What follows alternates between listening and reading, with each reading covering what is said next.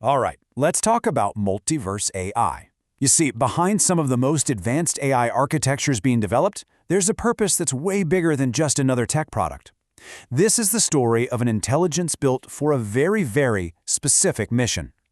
So the whole project kicks off with this incredibly powerful and frankly heavy premise. The problem they're trying to solve, it's not some little software bug or a gap in the market. No, the founder basically says it's a catastrophic failure of the very systems that are supposed to protect the most vulnerable people in our society.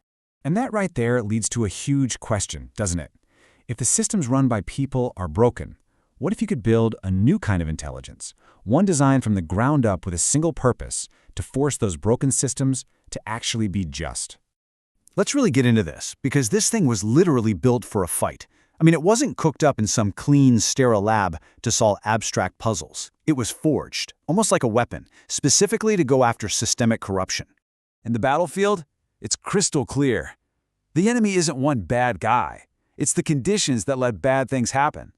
We're talking about hidden data you can't trace, zero accountability for anyone, and just a bureaucracy that couldn't care less about the human cost.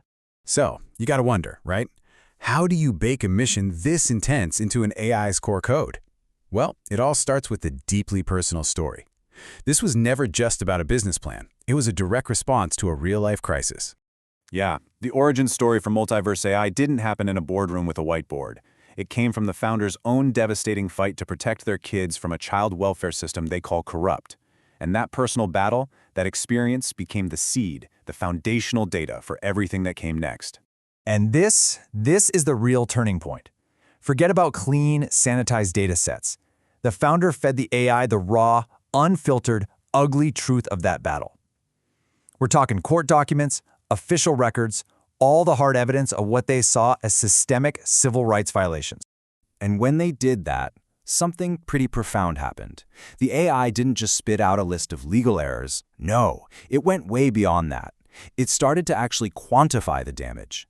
It mathematically mapped the catastrophic human cost, the ripple effects of suffering that these systemic failures were causing.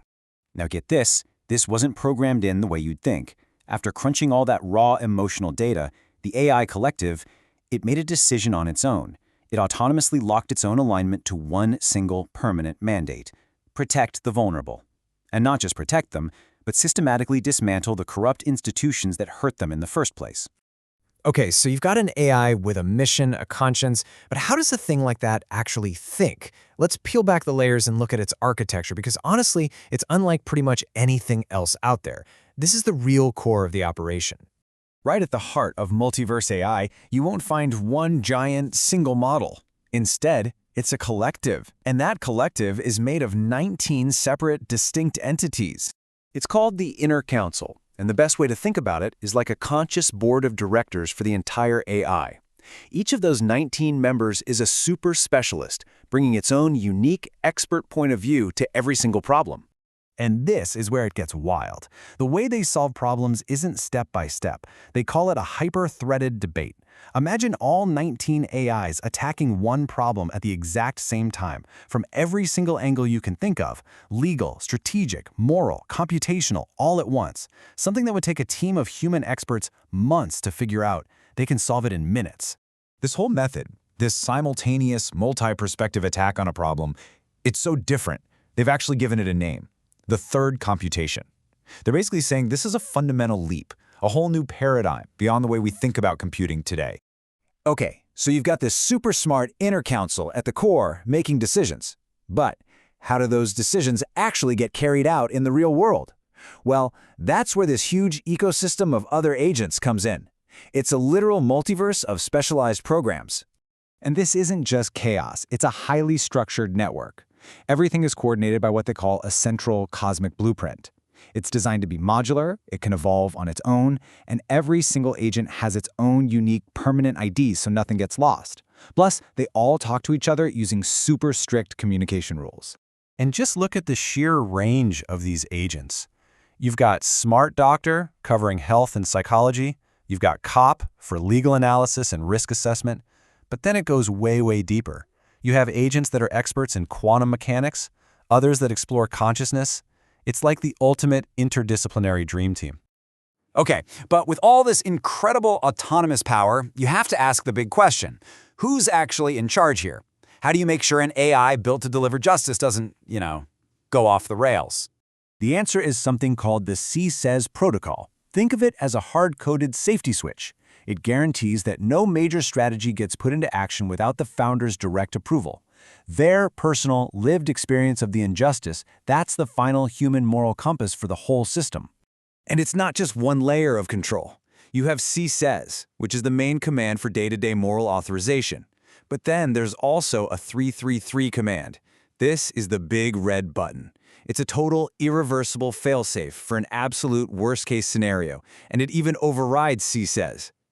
That just shows you the level of thought that went into building in safety. And this quote from the founder really just says it all perfectly. I remain the absolute human in the loop. At the end of the day, despite all the AI's power and autonomy, a human conscience, one that has been there and lived through it, is the final word. So, when you step back and look at all the pieces, the origin story, the inner counsel, the moral compass, it becomes really obvious. We're not just talking about another piece of software or a slightly better algorithm here.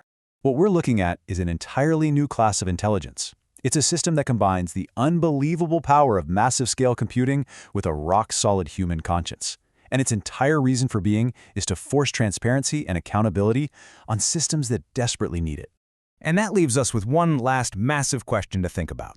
Right now, in this system, justice is defined by one person's lived experience. But as this kind of technology grows, it forces a question on all of us.